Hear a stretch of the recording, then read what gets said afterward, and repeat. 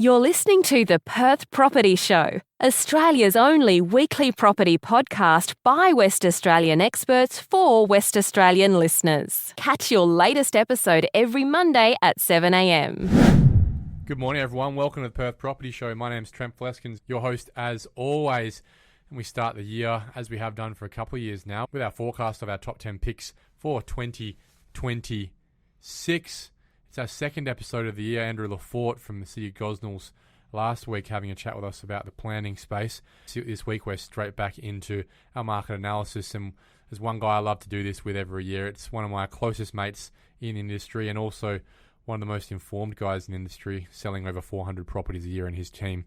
It's Rash Dhanjal from Team Rash at the agency. How you going, mate? Morning, Trent. How are you? And thank you for the invite, and Happy New Year to you. Yeah, same to you, and thanks for coming in for a Wednesday morning episode this year. I only got back from holidays on Monday afternoon, so apologise to everyone who's messaged me already saying, are you okay? Are you alive? What's going on? I needed a bit of a break. So we're a couple of days late this week, but I reckon for a annual forecast, we can handle that. Yes, we can. And is this the 8th year? How long? I think we're in our 8th season. Yes. Amazing. Congratulations on the podcast and lots of value. I listen to it every week as well, so good work. And let's see how we go this year. Thank you, mate. Let's do a quick market update for everyone. It's our first one really for the year. How mental is it that we hit 1,850 properties on the market 2 weeks ago? That just blows. We talk about this every week. We text each other and go, dude, did you see this? As it keeps going lower and lower. Only 2 months ago, we were forecasting where it would get to at the end of the year. You said 3,000. I said 3,000, maybe 3.5. And what did you predict again? I think I was about same. Yeah. And 1,850. What the hell? It's crazy. And I always talk about that flow where the 2,500 properties, technically they say that's where the flow sits. Like your natural zero. Natural zero. And for us to break that, it's a problem. It's a big problem. It's like having an unemployment rate at 2.5%. Yeah. It's possible, but it's not theoretically able to be achieved. Yeah, I know. I scratch my head, and it's mind-boggling the volume that we're still doing through the back end of Christmas last year. And there's still 800, 900 transactions a week with no stock. I don't know. This is hard to answer this question, but this is a chronic issue of that demand pull in the market. There's a lot of buyers out there, and I don't know what the solution is, Trent. I don't know what's going to happen this year, but I don't see stock coming back considering where we're at now. We got to 4,500 properties, which is lower than where it got back to in 2024, 5,500. And then quickly dropped, obviously, to less than 3,000 over Christmas. And then I remember texting you over Christmas going, oh, this is it. This is our low. Do you reckon it couldn't get any lower than this? And you said, I don't know, bro. And I was like, it can't get any lower than this. And then it dropped again to 2,300 and then 1,850. And we're just sitting scratching our heads going, I genuinely didn't think this was practically possible. Yeah. So we've bounced back, Rash, to just over 2,000 properties. 2,000, yeah. How great is that? That would have been a record low over Christmas. But is it great? I know it's trending in the right direction, but if we're here next week and we're down to 1,800 again, I don't think we will, but because there's a lot of stock coming on the market. What we understand is there's a lot of listings that have been sitting there hibernating over Christmas, waiting to be brought on the market. Shane Beaumont told us that early December that he's got a lot planned, and he's 200 listings a year himself. They've got a lot planned in Haven for the second half of January. You guys, I assume, have been holding a bit back, been on holidays. There's no reason why it can't get up to 3,000 by the end of January if the stock starts to come on. But at the same time, that's being combated by what we'll probably end up seeing again is another 900 transactions a week coming back through. That means we're having to bring in over that 1,200 properties a week in the next couple of weeks just to combat that over the next couple of weeks if we even want to get close to 3,000, let alone 4,000 or 5,000 by mid-year. I think the theme of this year is the new normal for everything. Okay. Like you think about it this way.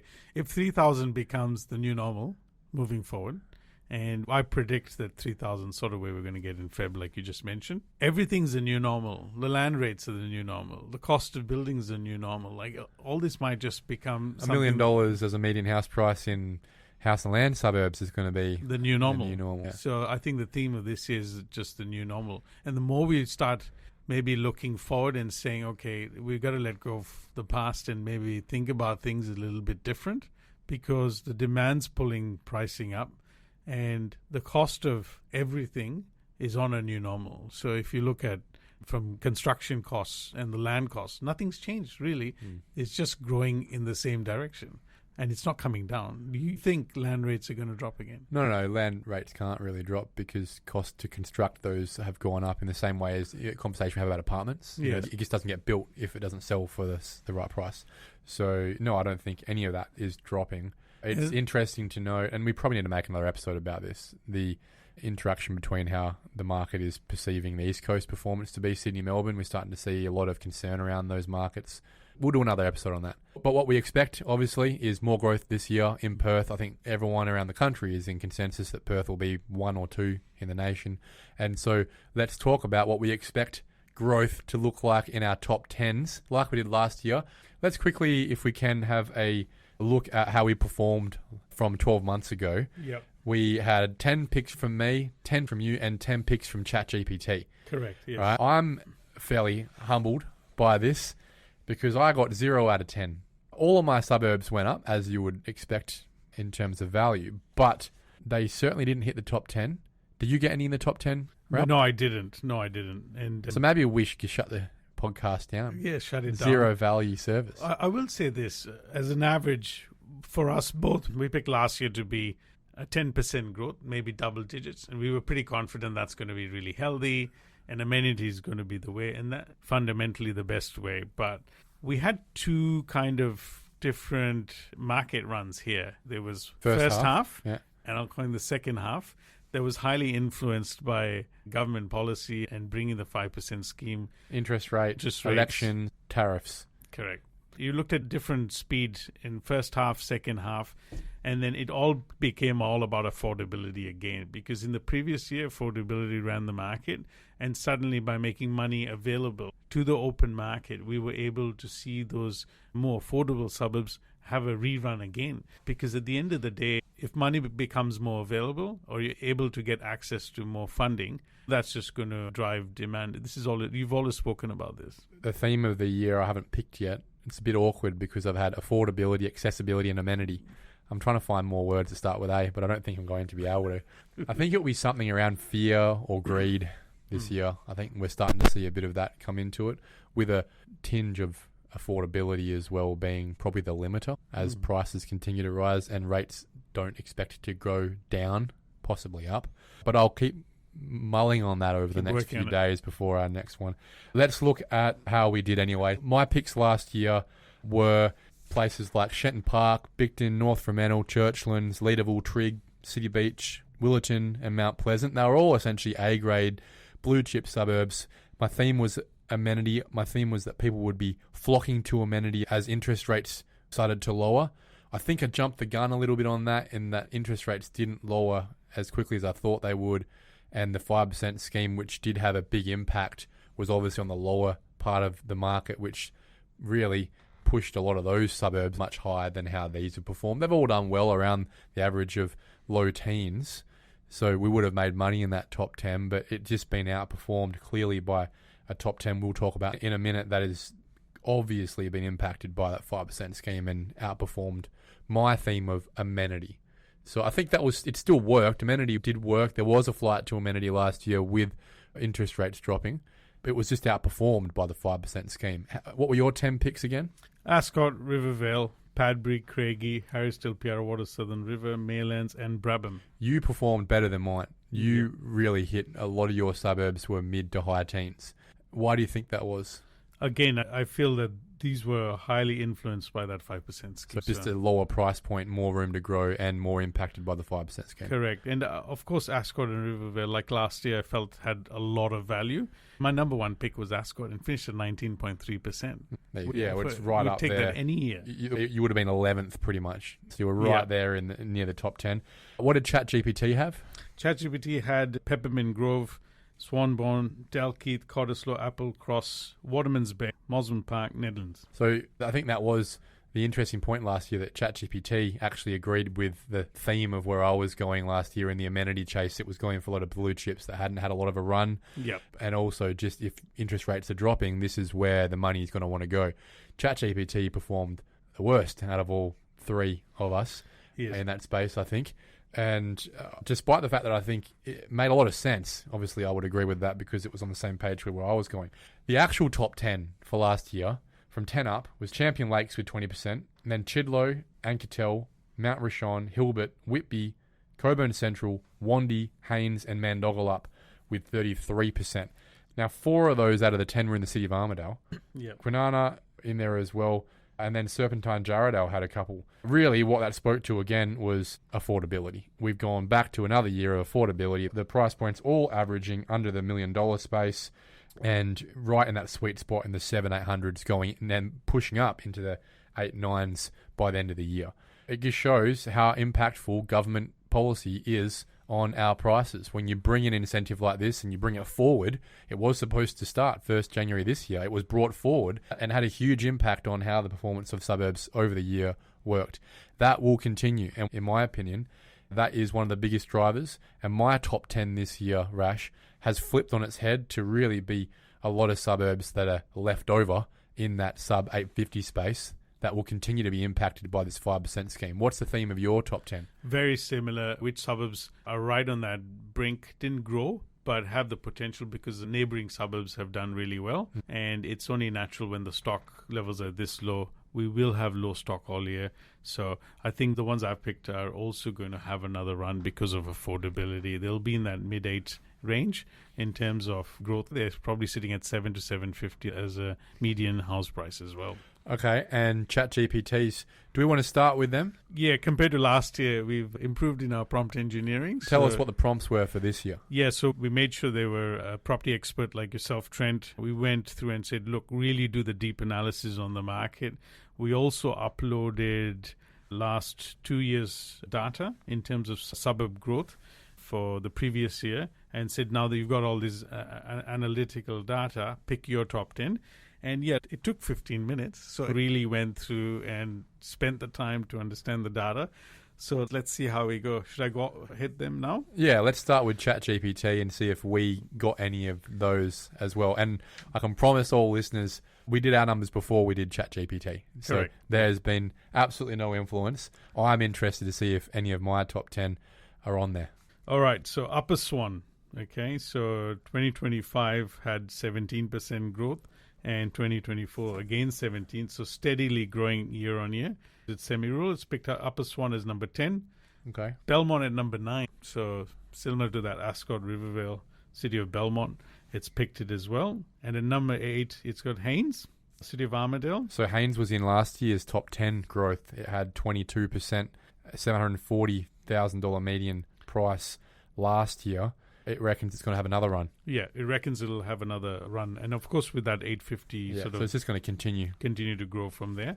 In the 7th spot, Rolly Stone, which was an interesting one there, but it has picked Rolly Stone as well. Lifestyle choice, Rolly Stone. Really expensive to build given the clay and most of which is on a slope as well. So different building typology out there, but not the sort of place many people are choosing first up. If you've got a hills aspiration, you're probably a bit further north in your Darlington, Gooseberry Hills, Lesmurdy. Rolly Stone maybe is a price point for the hills. Yes, definitely. And a lot are trying to get into Rolly Stone. Mount Rishon did well last year, as we said. It was number 7 at 20% growth last year. Its median house price is now $950. So maybe Mount Rishon's gone for that run and Rolly Stone is the next off the rank. AI picked it in 2nd spot. You did? AI picked it. AI picked it in 2nd spot. Yes. Okay. So 7th in Rolly Stone, 2nd spot Mount Rishon. So at 6th, Harrisdale, which was my last year's pick. Again, the pattern is it said schools and amenity and very well master planned is why it's going for that. 5th spot, Greenwood, one of our more preferred ones. I think Greenwood's also lots more value considering what some of the properties are selling. That's a price point thing. When you think about its neighbouring suburbs, Warwick, Padbury, Craigie, Duncraig, Careen. In Greenwood's always been the cheaper option, but its geographical amenity is the same. Really. Yeah. It's nice to see a City of Joondalup property in this list so far because really it's been your bottom quartile properties that you've been listing right now. Yep. Ascot, number 4. So we're backing Ascot again. Yep. AIs. And Wooroloo, which is near Gidgekannup. Yeah. Price point, rural. rural. And there's a big drive for people wanting to live there. So a lot of people want to get away. The city is getting busier, and we have a lot of our customers that are looking to get up. When you think about how many people are going to Bullsbrook, this is just outside Bullsbrook, isn't it? Yep, it's on that east side. And then again, Mount Rishon, number 2, and then Hilbert, number 1. Yeah. So it really what it's doing is it's looking at what happened last year, looking at those suburbs that probably got some space still, and then giving them an extra and value. Yes, value for money. Yeah. I can't really argue with where ChatGPT is. It's clear that it's speaking to affordability fat. And we speak with a lot of experts on this podcast that are very much aware that it is about that the gap of what's left in the growth in the market with regards to that 5% scheme that is probably going to dominate this year's growth. And so it makes sense. Let's see if we had any on that list as well.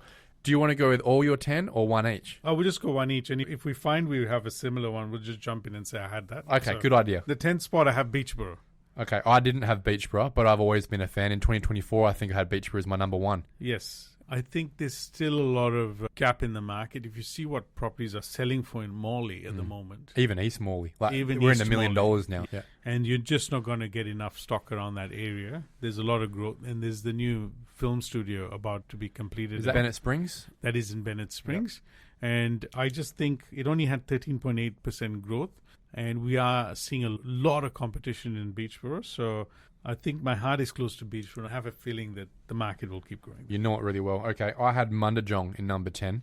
The reason I go for Mundajong is its proximity, and this is another sub-theme of my top 10 this year. It's directly east of Garden Island. You go west on Mundajong Road, you hit Rockingham. And as Rockingham and Baldivis become more and more expensive, we've got new land estates starting out there in Mundajong with Parcel and with Golden Group out there as well. Land Group's got some space there.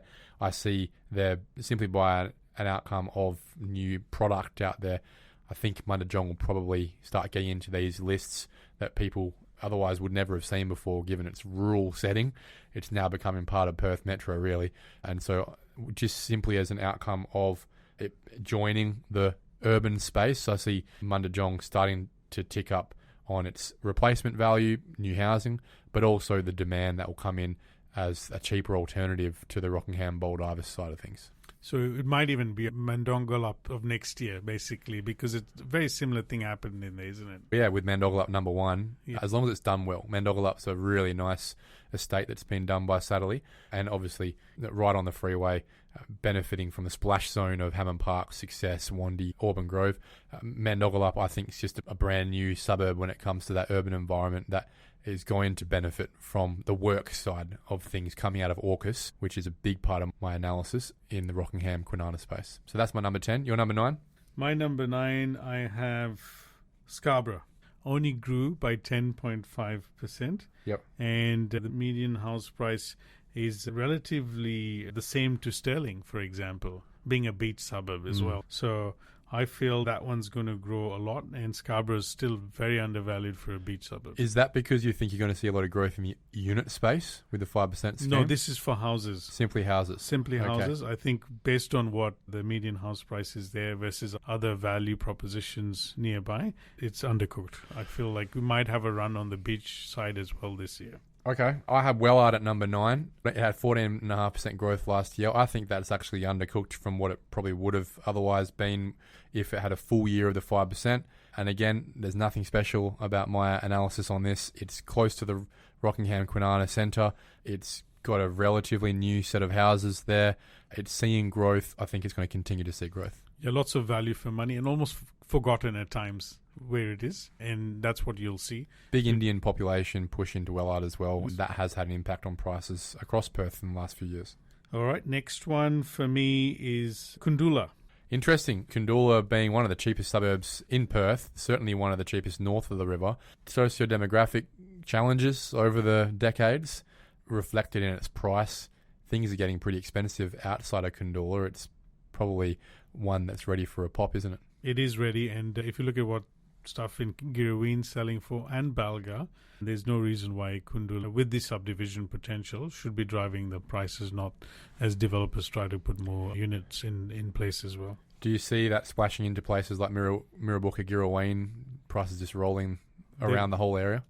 All the prices are doing really well over there. Yep. And the prices that you're getting for Kundula development sites are now above $1,000 a square meter. Mental. My number 8, and I can't believe I'm saying this because I've never been a fan of this suburb. I don't really like its existence, to be honest. But I will admit we continue to see growth in the area. I think Baldivis is going to continue to run. Simply as the work population for AUKUS starts to really push in, it's the newest housing outside of Wellard, close to Garden Island, and I can see a lot of push from defence housing into that suburb. A lot of those houses will fit the bill when it comes to their requirements for square meterage and age and those sort of things. Population growth drives demand, which drives house prices. And so I don't see any reason why we're not going to continue to see growth in Baldivis in the short to medium term, simply as a function of more and more people moving into that part of Perth for work. 100%. Good pick. It saw 10% last year, and I would have expected it to see more, given the percentage growth we've seen in a number of other suburbs in Perth. I've got Churchlands. I'm still picking Churchlands this year. I think you picked it last year. I think it's super undervalued based on the schools there.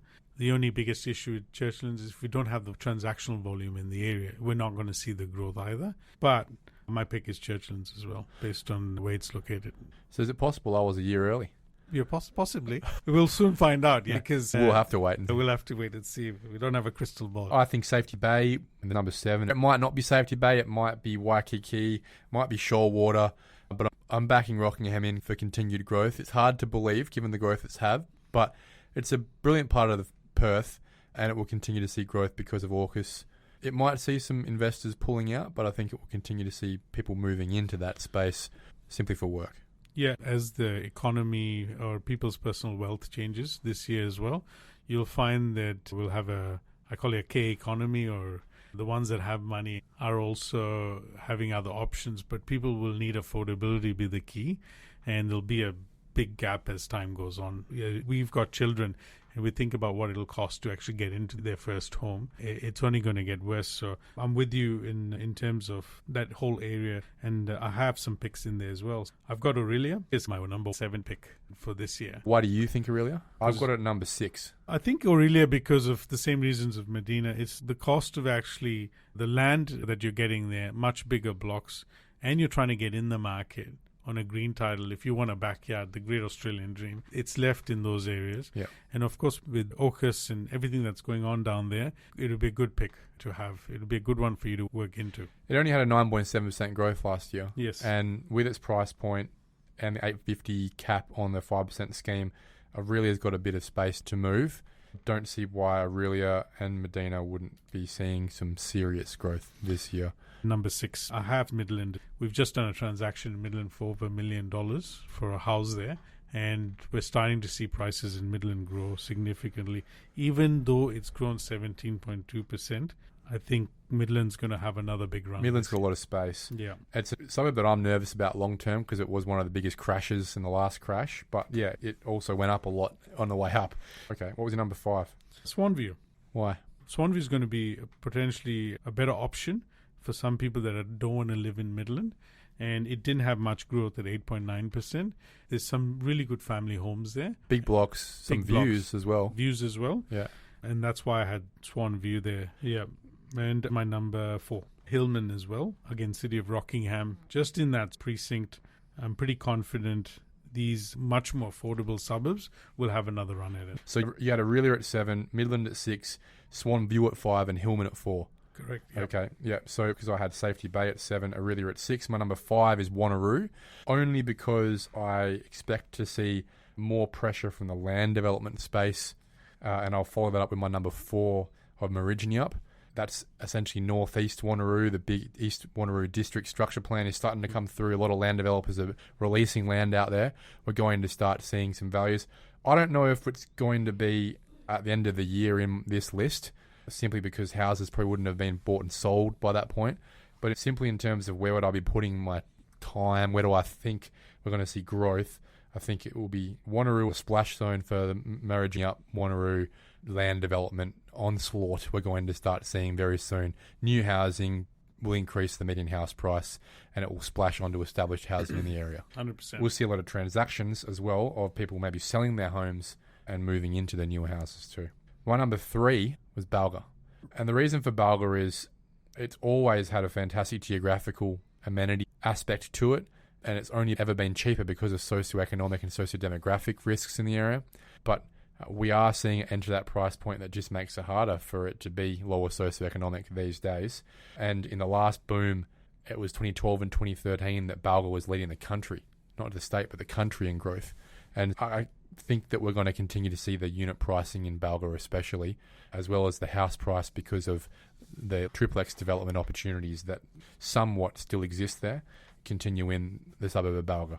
And it might be splashing into places like Girraween, Kundoola as well. Yeah, because you've seen Nollamara, Westminster really do well over the years as well. And talking about units again, this next 12 months, unit market's also going to have significant change. Simply because of the price points. Because of the price points. Yeah.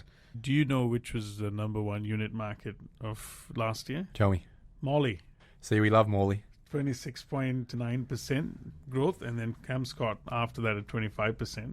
But if you look at that top 10 list, and just for the viewers there, the listeners there, Morley at number one, Camscott, Beckenham, Dudley Park, Gosnells, Thornley, Cudell, and then Noranda. So really, 2 Morleys, 3 Belmonts in that top 10 list on units. And it shows because fantastic amenity in Morley, fantastic amenity in Belmont. A lot of stock that's 10 to 15 years old that is going to be going up in value simply on replacement costs. There's no reason why we don't see those suburbs in there. What was your number 3? Shenton Park. See, this was my number 1 last year. Correct. So you really think I went a year early? Yes. And I think if we were here without the government intervention, we would have been having a lot more blue chip suburbs in that list. I think a lot of things happened quite oddly last year with the elections, the tariff war. A lot of things happened, and there was a lot of levers pulled just to get the market moving, and that 5% scheme was a big one. Do you think it just distorted our top 10 list from last year? I strongly believe that. Oh, it's very complimentary because obviously I got 0 out of 10 last year, but all of those 10 were, as we said, a flight to amenity. Yeah, I don't think you should be upset about your picks. You had most of them in double digits, and if we wanted double-digit growth, we can't see the future. We can't control the government. All you can do as a homeowner or an investor or someone that's in the property game is think about the fundamentals. And that's where that list came from, was Yes. fundamentals. And the fundamentals will set you free, and the rest of it's noise. Yeah. When the dust settles, you want to make sure your money is in the right place. Maybe that's the message to the listeners, is if you want a long-term list, certainly last year's was where I was looking at with regards to amenity and fundamentals. And I was betrayed by government schemes, to be honest. But this year's list, I've been burnt. I'm not going to be burnt twice. So this list is a government scheme list for me this year. Yours is more... A bit of a hybrid, I'd say. Yep. My number 2 is Lockridge. Again, 5% scheme, price point, splash zone on the Morley Beachborough Eden Hill run. That's been going for a little bit as well. You won't find a cheaper suburb northeast Perth than Lockridge, and full of subdivision blocks as well. So there's investors pushing in from a development side, from a housing side, and also first homeowners on the 5% side. I'm not suggesting it's one of the best suburbs in Perth. I'm just suggesting I think it's going to have a run this year based on affordability. Like you said, subdivision potential. And a lot of families are starting to move in there. So over time, a lot of these places will start changing, and it'll bring a lot more opportunities for people who are parking their money in these suburbs. But yeah, in the short term, like Beachborough, I really think Lockridge. I had Eden Hill as well in my top 20 because I think they just sit there hidden away. They're not too exciting or popular. They don't really hit the top 10 lists a lot when it comes to where you should want to be living in those places, but the numbers don't really lie. There's value space there for that suburb. What's your number 2? Oh, actually, I mentioned a few of them around. I think I've only got one left now on my list. Well, you'll have to wait because I've already said. Yep. So what was your number 2? I think it was Swan View. I think I just mixed the numbers up. Yeah, okay. All good. My number 1, as I said, was Medina. And Medina, as for the same reasons as Aurelia, city with Kwinana, price point with the 5%, AUKUS, big houses, some subdivision opportunities.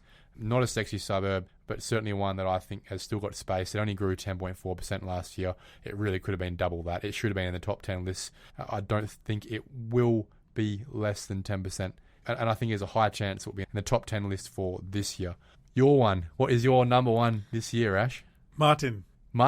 Yes. Gosnells. Again, median house price is extremely low. There's plenty of room there. and sometimes it's forgotten. I think we will see some growth in that area. So this is east of Tonkin Highway. Yes. A little bit of a rural hills setting. That's right, a little bit. And you've also got normal houses there, school. I think it's going to have a good run at it. It'll be one of those suburbs you see in the top 10 list and might get up there, but you might be surprised next year. Mate, thanks a lot for your time. It's been a good half an hour of having a look at our forecasts for the year. And as we've said, heavily influenced by the 5% scheme, by AUKUS. You focused a bit on that amenity blue chip side as well. And I wish I would have liked to have, but heavily discouraged by my lack of success last year, despite some good growth across those numbers in the first place. I don't see any reason why we're not going to be seeing growth across the board. If you're not getting 10% on the Rewa Suburbs profile, don't be disheartened, but I would be expecting, for the most part, this year of a 7 to 10% run on average across the board. And if it was going to be more or less, I'd say we'll see more growth in the start of the year as prices are still lower than what they'll be at the end of the year. And second half of the year really will just come down to globally what's going on in the world. Your thoughts? I've got double-digit growth as well, so I think a safe bet's 10%. Yeah, we're going to see the growth in this market, and I would like to do some prediction on the stock levels if we can. Yeah, as well. Go for it. So I think 3,000. We might get to 3.5 by June, but I think we'll be in the same place where we were again for another spring period. The whole supply issue is a big concern for our town, unfortunately. I'm going to be optimistic, and you might say pessimistic if you reverse the way you look at it, but I'd like to think we get to 5,000 by Christmas this year, and that would simply come from a slight pull-off in population growth, and also East Coast impact of Sydney and Melbourne people maybe cashing in some of their investment properties given their cost of living issues. If interest rates start going up, I think we'll see some East Coast investors adding some stock to the market. That will, for the most part, be absorbed. But I'd like to think that over the course of 50 weeks, we see at least a couple of thousand properties come on the market, more than we've got right now. If we don't, then we're having the same conversation in 12 months again, given we really need to start expecting that it is a new norm that we're sitting in. But if that is the new norm and supply is going to keep staying around 3,000, then there's no conversation to be had anymore. Prices will just keep going up. You can't expect nil or negative growth in the situation where you're transacting on a third to a quarter of the market every week. Yeah, I mean, we've seen the median house price grow. We had 1 in 3 the previous year that were above $1 million. We're now 50%. Your new median house price for houses is $1 million. We've had some data come out to suggest that anyway, but I think we should encourage more development, more supply regardless. And if any of the big developers in Sydney are listening to this, we welcome your money. We welcome your expertise to come in. Builders. We welcome your building expertise. There's not enough builders of apartments. And yeah, this year will be a year, I think, of just seeing the bottom come up to the middle, if that makes sense. There'll be a compression up from the bottom quartile, is pushing prices for units and lower priced houses up as close as possible to $1 million. We're going to see that compress more than the mill up expand, if that makes sense. And that will bring the median house price up. It won't be homogenous, in my opinion, across the board, simply as people are a bit nervous about the global space, about interest rates rising. That will cause FOMO in the lower space simply on getting a loan, getting in the market. And that will just keep pushing prices much closer to the $1 million space than we've ever seen before. One last question for the expert. What impact does it have on... Minimal, mate. The current APRA situation where they are looking to limit banks' high-risk lending doesn't scratch the surface at the moment, because currently our high-risk lending is about 6%. It's not limiting anything right now. All it's doing is putting a backstop on lending if it ever gets to that point in the future. So for everyone listening, the APRA rules that came in last year limit the banks to 10% of their book having higher risk clients with debt to income ratios that are perceived to be higher risk. That's a prudent thing to do.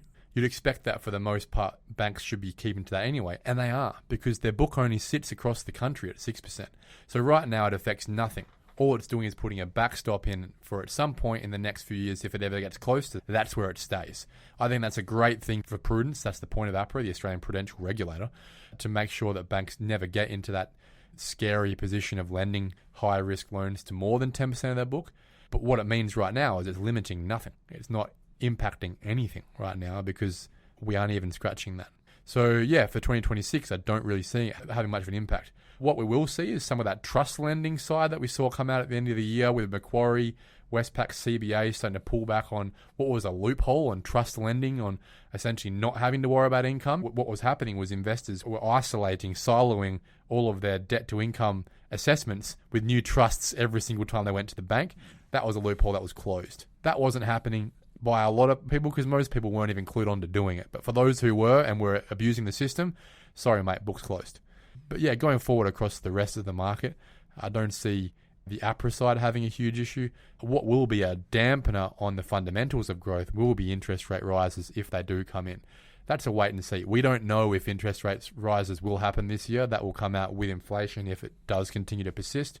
But again, interest rate rises don't make house prices go down. They dampen increases or they accelerate decreases. So if Sydney was already going to decrease, it will accelerate that. If Perth was already going to increase, it'll dampen that by a factor of 15 grand per rate rise. That make sense? Yeah, makes sense. Yeah, so that's what people should be expecting out of those fundamentals this year. But I think we'll do another episode soon on what those fundamentals are for this year and how they compare to the commentary on the East Coast as well. Perfect. You've heard it here. The voice of property in Perth, Trent. Thank you, mate. See you later. Thank you. Bye. Thank you for listening to another episode of the Perth Property Show. If you've only just joined the conversation, you can catch up by heading over to our website, perthpropertyshow.com.au, subscribing to the podcast, or joining our Facebook page. Don't forget to tune in next Monday at 7 a.m. for more expert insights, local analysis, and suburb spotlights. Happy hunting!